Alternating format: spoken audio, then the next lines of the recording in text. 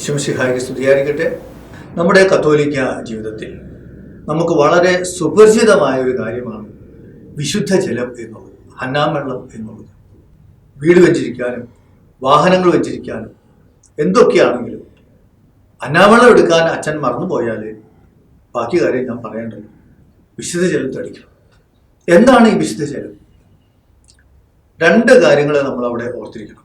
ഒന്ന്, പുരോഹിതന് നൽകപ്പെട്ടിട്ടുള്ള പൗരോഹിത്യ അധികാരം ഉപയോഗിച്ച് തിരുസഭയുടെ നാമത്തിൽ പുരോഹിതൻ ആശീർവദിക്കുന്ന ഏത് വസ്തുക്കളിലും അവിടെ പ്രത്യേകമായ ഒരു ദൈവിക സാന്നിധ്യം ഉണ്ടാകുന്നുണ്ട്. ഉപ്പാകട്ടെ, വെള്ളമാകട്ടെ, എണ്ണയാകട്ടെ, മെഴുകുതിരിയാകട്ടെ, അവിടെ പ്രത്യേകമായ ഒരു ദൈവിക സാന്നിധ്യം ഉണ്ടാകുന്നുണ്ട്. അതിലുപരിയായി ആ വിശുദ്ധ ജലം തിരു രക്തത്തിൻ്റെ അടയാളമാണ്, തിരു രക്തത്തിൻ്റെ സാന്നിധ്യമാണ്.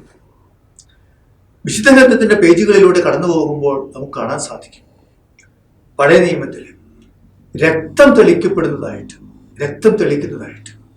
അപ്പോൾ അത് നമ്മൾ വളരെ ആഴമായിട്ട് വിശുദ്ധ ഗ്രന്ഥത്തിൻ്റെ തിരുവചനങ്ങളുടെ വെളിച്ചത്തിൽ തന്നെ നമ്മൾ മനസ്സിലാക്കണം. അത് മനസ്സിലാക്കാൻ ഒന്നാമതായിട്ട് അറിയേണ്ടത്, തിരുരക്തം എന്ന് പറയുന്നത് പരിശുദ്ധ കുർബാനയിലൂടെ ഇന്ന് നൽകപ്പെടുന്നതാണ്. അതിന് കുർബാനയെക്കുറിച്ച് ഈശോ പഠിപ്പിച്ച കാര്യം ഒന്നാമതായിട്ട് നമ്മൾ ഓർത്തിരിക്കണം. യോഹന്നാന്റെ സുവിശേഷത്തിൽ 6-ാമത്തെ അധ്യായത്തിൽ നമ്മൾ ഈശോ 3 പ്രാവശ്യം 53, 54, 55 വാക്യങ്ങളിൽ പറയുന്നുണ്ട്, ഞാൻ സ്വർഗത്തിൽ നിന്നിറങ്ങിയ ജീവനുള്ള അപ്പമാകുന്നു. എൻ്റെ മാംസം ഭക്ഷിക്കുകയും എൻ്റെ രക്തം പാനം ചെയ്യുകയില്ലെങ്കിൽ നിങ്ങൾക്ക് നിത്യജീവനില്ല എന്നുള്ളത്. മാംസം ഭക്ഷിക്കുക, രക്തം പാനം ചെയ്യുക ഈശോ വളരെ കൃത്യമായിട്ട് പറഞ്ഞിരിക്കുന്ന വചനങ്ങളാണ്.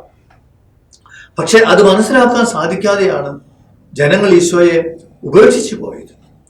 എങ്കിൽ എന്തുകൊണ്ടാണ് അവർക്ക് മനസ്സിലാക്കാൻ പറ്റാതെ വന്നത്? എങ്ങനെ ഇവന്റെ പച്ചമാംസം തിന്നും, എങ്ങനെ ഇവന്റെ ചുടുരക്തം കുടിക്കും?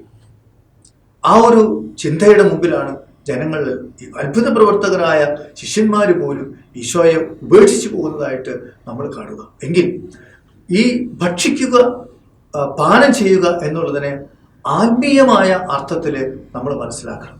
ഇവിടെ അടിസ്ഥാനപരമായിട്ട് ഓർത്തിരിക്കേണ്ട വലിയൊരു സത്യമുണ്ട്. സ്വർഗീയ രഹസ്യങ്ങൾ ദൈവം നമുക്ക് വെളിപ്പെടുത്തി തരുന്നതും നമ്മളോട് പറയുന്നതും മാനുഷികമായ വാക്കുകളിലൂടെയാണ്, മാനുഷികമായ പദങ്ങളിലൂടെയാണ്. അപ്പോൾ ദൈവം വെളിപ്പെടുത്തുന്ന യാഥാർത്ഥ്യങ്ങളെ മാനുഷികമായ പദങ്ങളിലൂടെ നമ്മൾ മനസ്സിലാക്കാൻ ശ്രമിക്കുമ്പോൾ ഓർക്കുക, നമ്മുടെ ആമാശയത്തിലേക്ക് ശാരീരിക ഭക്ഷണമായിട്ട് വരാൻ വേണ്ടിയല്ല ഈശോ പരിശുദ്ധ കുർബാന സ്ഥാപിച്ചിട്ടുള്ളത്. മറിച്ച് ദൈവവും നമ്മളും തമ്മിൽ ഒന്നു ചേരണം. പാപം വഴി നമുക്ക് നഷ്ടമായ ഐക്യത്തിലേക്ക് നമ്മൾ വരണം. അവിടെ ആത്മീയമായ ഐക്യത്തിനാണ് പ്രാധാന്യം. ആ ആത്മീയമായ ഐക്യം നടക്കുന്നത് ശാരീരിക തലത്തിലാണ് എന്നുള്ളതാണ്. എന്ന് പറഞ്ഞാൽ മാംസരക്തങ്ങൾ നമ്മൾ ഉൾക്കൊണ്ടിട്ടാണ്. പക്ഷേ അവിടെ നടക്കുന്നത്, സംഭവിക്കുന്നത്, യാഥാർത്ഥ്യമാകുന്നത് എന്താണ്?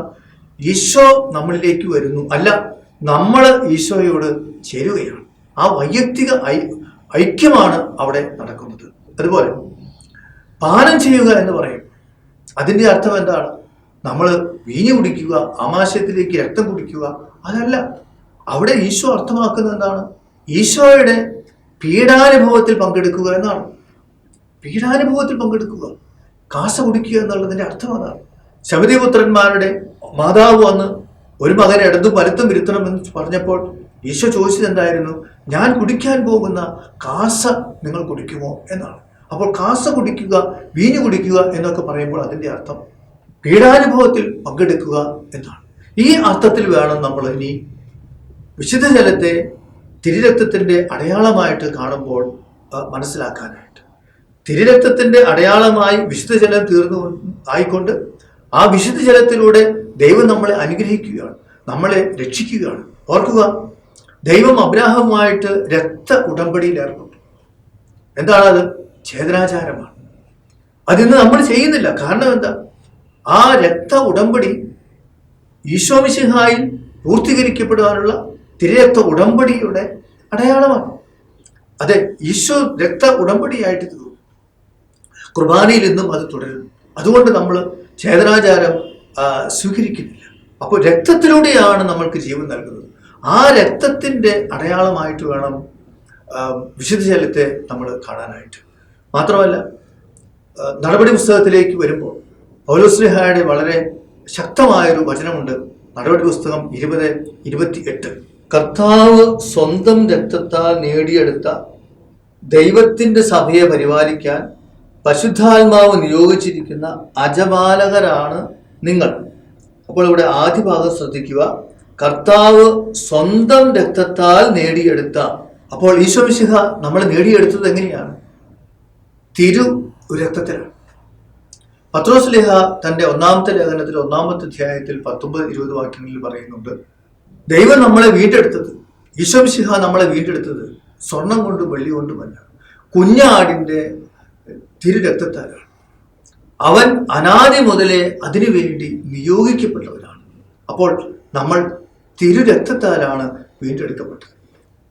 ഹെബ്രായക്കാർക്ക് എഴുതപ്പെട്ട ലേഖനം 9-ാമത്തെ അധ്യായം നമ്മൾ മുഴുവനും വായിക്കണം. അതിൽ 14-ാമത്തെ വാക്യത്തിൽ പറയുന്നുണ്ട്, നിത്യാത്മാവ് മൂലം കളങ്കമില്ലാതെ തന്നെ തന്നെ ദൈവത്തിന് അർപ്പിച്ച കുഞ്ഞാടിന്റെ തിരുരക്തത്താൽ നിർജീവ പ്രവൃത്തികളിൽ നിന്ന് നമ്മളെ എത്രയോ അധികമായി മോചിപ്പിക്കുന്നു. അവിടെ തിരുരക്തമാണ് പ്രത്യേകം എടുത്തു പറയുന്നത്.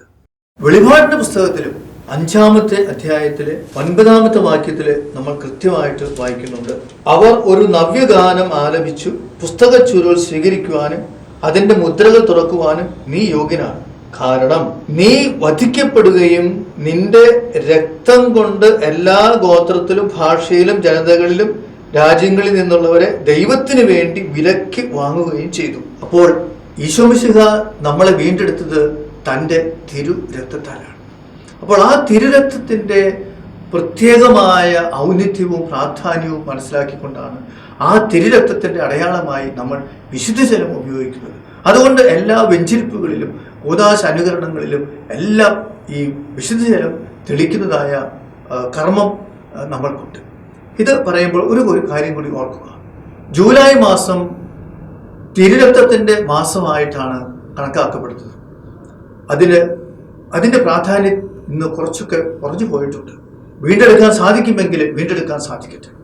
ചുരുങ്ങിയ പക്ഷം തിരുരക്തത്തിൻ്റെ പ്രാധാന്യം മനസ്സിലാക്കിക്കൊണ്ട് നമ്മുടെ വീടുകളിൽ നിർബന്ധമായും വിശുദ്ധ ജലം സൂക്ഷിക്കപ്പെടണം. ഒരു അപ്രതീക്ഷിതമായ സംഭവം വീട്ടിൽ നടക്കുമ്പോൾ, ഒരു രോഗാവസ്ഥ ഉണ്ടാകുമ്പോൾ, എന്തുമായിക്കൊള്ളട്ടെ, തിന്മയുടെ പ്രവർത്തനം അവിടെ ഉണ്ടെങ്കിൽ ആ തിന്മയുടെ പ്രവർത്തനത്തെ, അന്ധകാരത്തിന്റെ ശക്തി ഇല്ലാതാക്കാൻ വിശുദ്ധ ജലം തളിക്കുക. ആ വിശുദ്ധ ജലം തിരുരക്തമാണ്. തിരുരക്തത്തിൻ്റെ പ്രാധാന്യത്തെ ഉൾക്കൊണ്ടുകൊണ്ട് നമ്മുടെ വ്യക്തി ജീവിതത്തിലും സഭാജീവിതത്തിലും ആരാധനാക്രമ ജീവിതത്തിലും പ്രാധാന്യം നൽകാനായിട്ട് നമ്മൾക്ക് സാധിക്കട്ടെ. തിരുരക്തത്താൽ എല്ലാ ഭീകരരെയും ഭീകരപ്രവർത്തകരെയും സഭയ്ക്കെതിരായി നിൽക്കുന്ന എല്ലാ പൈശാചിക തിന്മകളും ഇല്ലാതാകട്ടെ എന്നൊരു പ്രാർത്ഥന കൂടി നമ്മുടെ അധരങ്ങളിൽ ഉണ്ടെങ്കിൽ അത് ഈ കാലഘട്ടത്തിൽ വളരെ പ്രാധാന്യമുള്ള അനിവാര്യമായ കാര്യമായിട്ട് ഓർക്കാനും കൂടി നമുക്ക് സാധിക്കട്ടെ. തിരുരക്തത്താൽ ദൈവം നമ്മളെ സംരക്ഷിക്കട്ടെ, തിരുസഭയെ സംരക്ഷിക്കട്ടെ. എല്ലാ പൈശാചിക പ്രവർത്തനങ്ങളും എല്ലാ തീവ്രവാദ പ്രസ്ഥാനങ്ങളും നിർവീര്യമാകപ്പെടുകയും ചെയ്യട്ടെ. പരിശുദ്ധ തൃത്വ കാരുണ്യത്തിന് എന്നേരവും ആരാധനയും സ്തുതിയും പുകഴ്ചയും ഉണ്ടായിരിക്കട്ടെ. ആമേൻ.